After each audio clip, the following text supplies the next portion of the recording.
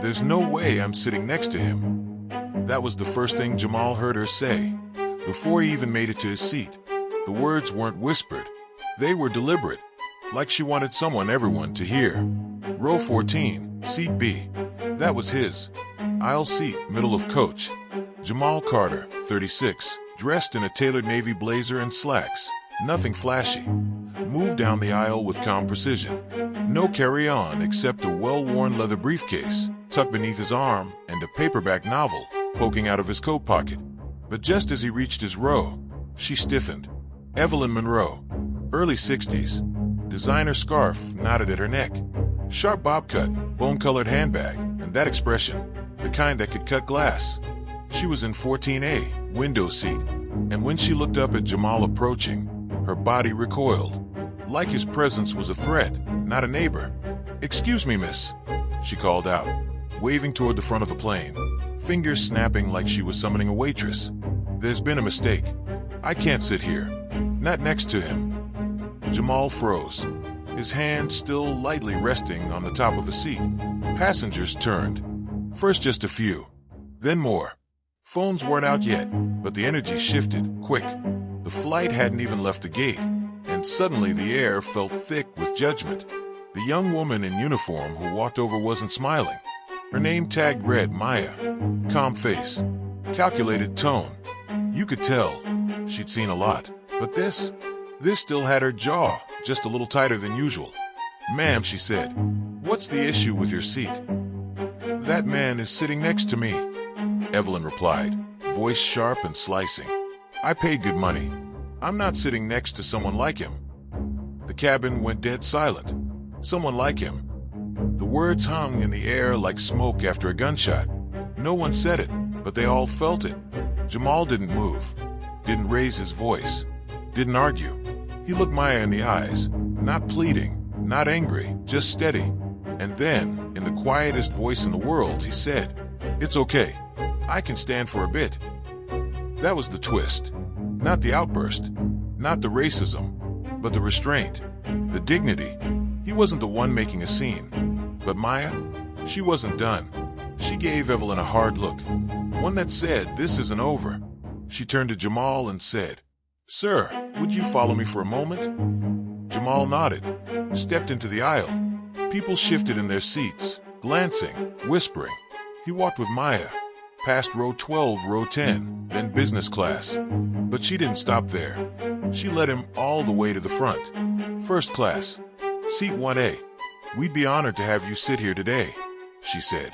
"Your seat's been upgraded." A few people clapped. A man in 1C gave him a respectful nod. Jamal sat quietly, placed his briefcase at his feet, and opened his book.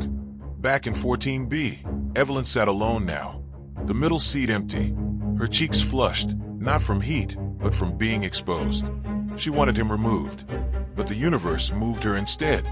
The rest of the boarding process went on like nothing happened, but it wasn't nothing. Evelyn Monroe sat in 14A, hands clenched, the cold silence of the empty seat beside her louder than any engine roar. People avoided eye contact. Some stole glances, others whispered. She stared out the window, lips thin, trying to reclaim her pride, but her composure had cracks now. Meanwhile, up in 1A, Jamal Carter sat calmly. But beneath the surface, his mind buzzed, not with anger, but with memories, familiar ones. This wasn't the first time he'd been misjudged, not even the first time today. He looked down at the cover of his book, Quantum Signals, the Hidden Code of the Universe. A gift, years ago, from someone who used to believe in his work before things fell apart. The pages were worn, annotated in blue ink. It wasn't just a book. It was part of a story he never told. As the plane taxied, the lead flight attendant, a man named Deshawn, leaned over to Maya. "What was that in row 14? "Passenger complaint," she said. She refused to sit next to a black man. "Seriously? Did you file it?" "Already noted." Then she paused. "There's something else." She tapped her tablet, opened the passenger manifest, and scrolled to Jamal's name. Jamal A. Carter. Seat 14B, originally. Special note, keynote speaker, International Aerospace Conference, Zurich. Title, Dr. Jamal Carter, Ph.D. Maya blinked. You've got to be kidding me. Deshawn leaned in and whistled low. She refused to sit next to a literal aerospace physicist. And not just any, Maya said, shaking her head. He's the youngest ever to lead the quantum propulsion project at the European Space Agency. In 1A, Jamal sipped from the water bottle offered to him, trying not to look back. He'd seen Maya glance at the manifest. He knew what she knew now. But he also knew that telling someone who you are doesn't change what they think. He'd learned that the hard way. Back in 14A, Evelyn was restless. She waved down a different flight attendant. "I'd like to speak to the captain," she said. "Ma'am, is there an emergency?" "No, but I want to make a complaint about the seating arrangements." The attendant raised an eyebrow. "I believe that's already been handled." "Well, I have a right to know why I was made to feel uncomfortable on my flight." The attendant didn't answer. He simply handed her a small paper, folded in half, with the airline's customer service number. Evelyn snatched it. As she opened it, something else fell from inside, a thin printed card that must have stuck to it accidentally. Her eyes scanned it. International Aerospace Conference, Zurich. Keynote, Dr. Jamal Carter. Topic, quantum propulsion and the future of interplanetary travel. Evelyn froze. She read the name again, looked toward the front of the plane. She didn't say a word the rest of the flight. In first class, Jamal leaned back against the headrest, eyes closed. He wasn't thinking about her anymore. He was thinking about the girl who would be at that conference, the one who introduced his lecture last year with trembling hands but wide eyes. A black girl who told him afterward, "You made me believe I could do it too." And maybe that's why he didn't make a scene today, because he didn't need to.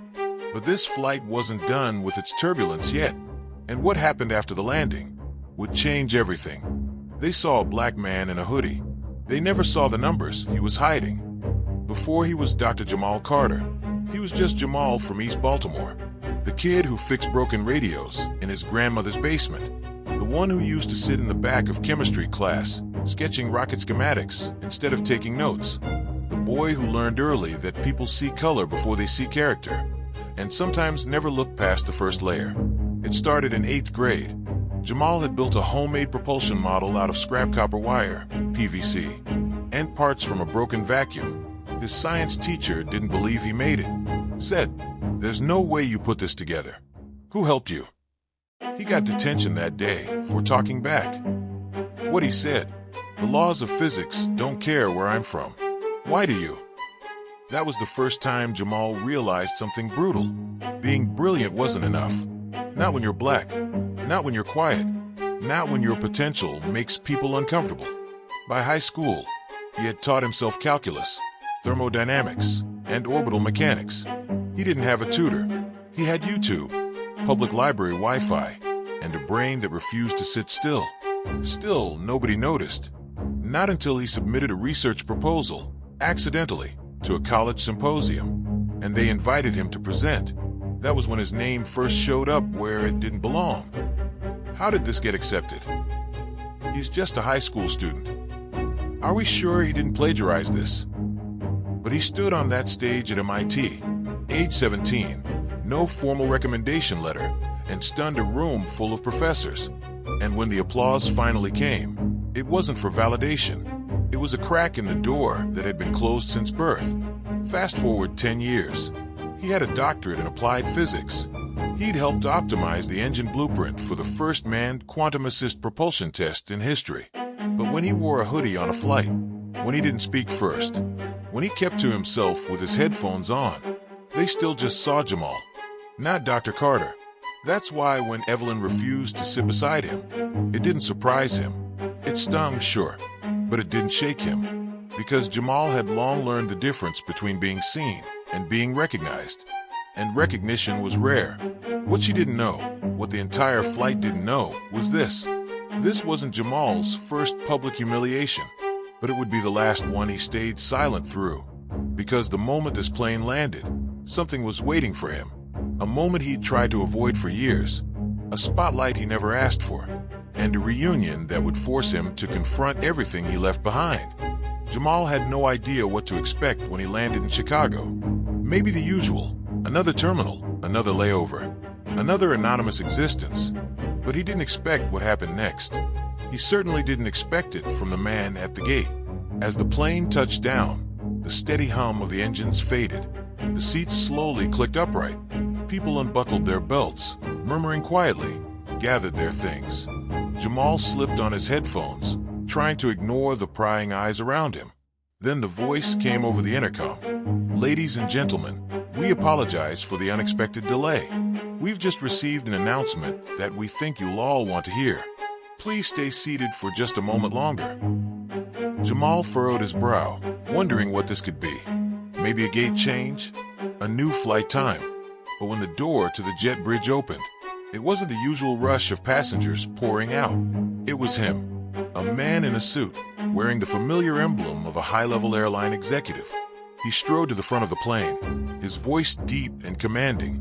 "Good afternoon. My name is Mr. Jonathan Wheeler, and I'm the Senior Director of Operations here at Chicago International. I know you've been eager to get on your way, but I'd like to ask for a moment of your attention." He paused, scanning the cabin. Jamal tensed, instinctively keeping his head low. "I'm afraid I have a very important announcement regarding one of our passengers. Dr. Jamal Carter, would you please stand up?"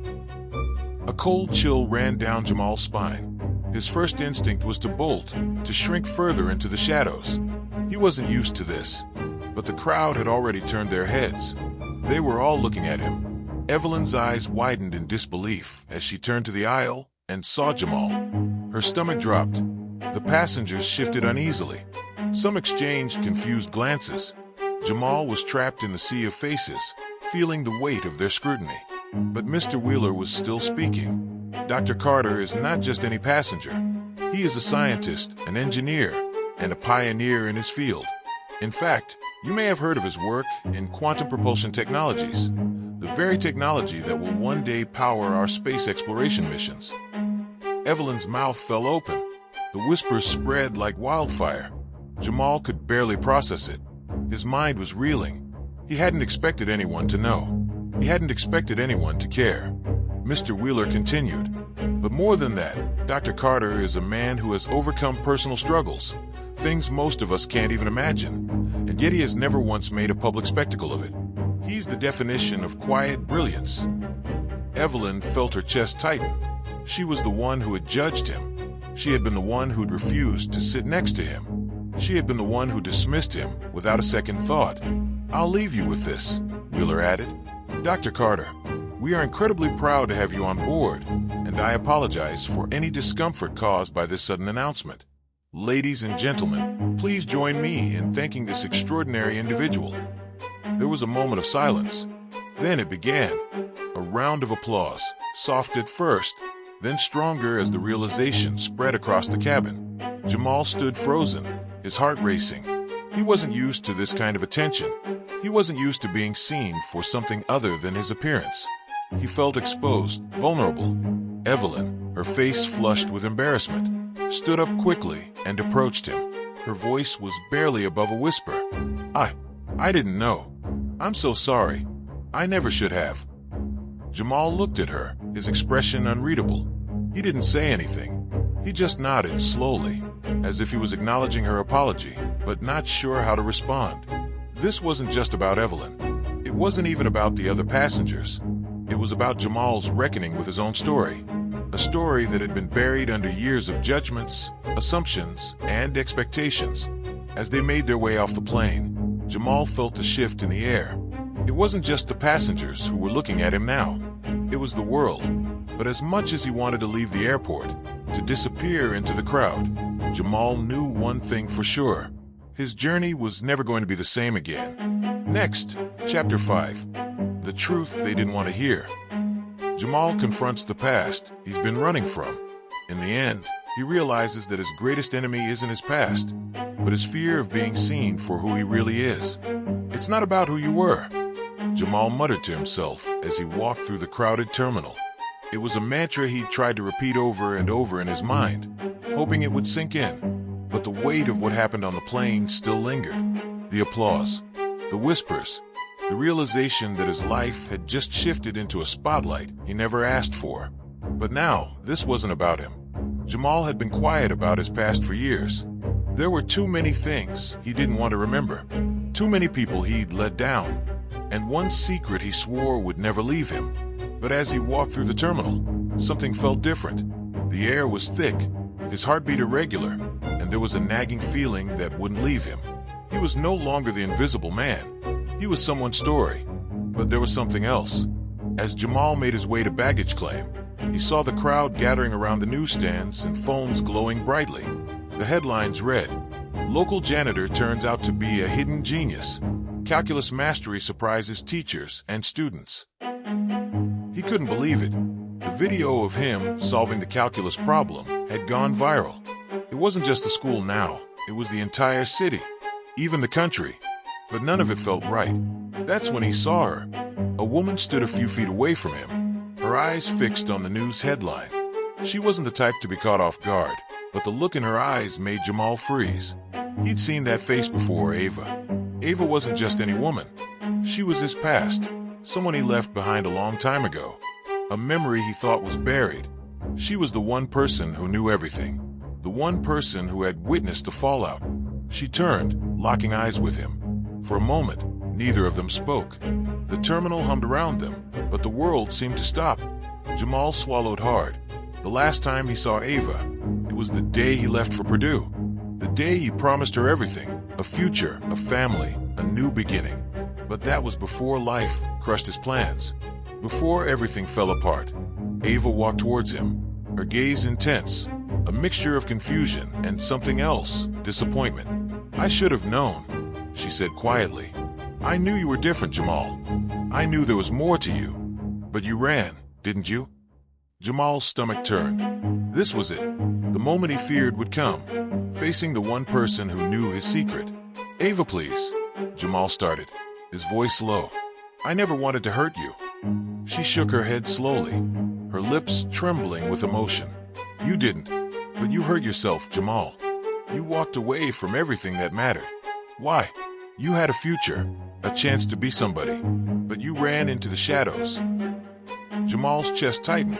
This was the moment he had always feared, to face the consequences of his choices, to confront the fact that he didn't just abandon his dreams, he abandoned her too. But just as he was about to speak, to try and explain the unbearable weight of his choices, the police arrived. 2 officers stepped into the terminal, their uniforms standing out against the busy travelers.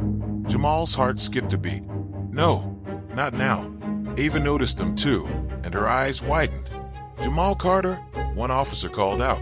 Jamal froze, his blood turning cold. This wasn't part of the plan. This wasn't part of the script.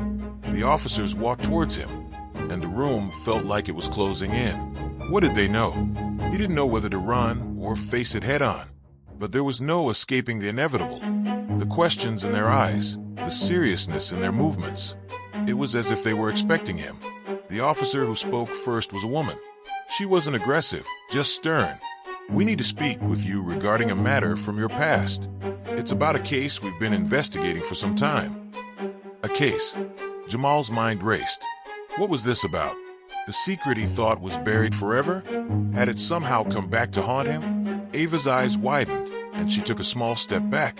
Her voice was barely above a whisper, but Jamal heard her loud and clear. "Jamal, you didn't get involved in that, did you?" It was as if the world stopped turning. His heart pounded against his ribs. Ava wasn't just talking about the past. The past was alive, and it was coming back to claim him. There was no escaping it now. Plot twist. Jamal's past wasn't just about running away from his future. It was about a secret deal he'd made to protect someone else. Someone he loved. Someone who had dragged him into a web of lies and deceit. A secret he buried in the hope that it would never resurface. But now, the police were here, and the truth was coming out.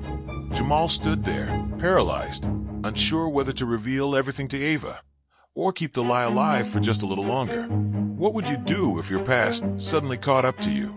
Would you face the truth, or bury it forever?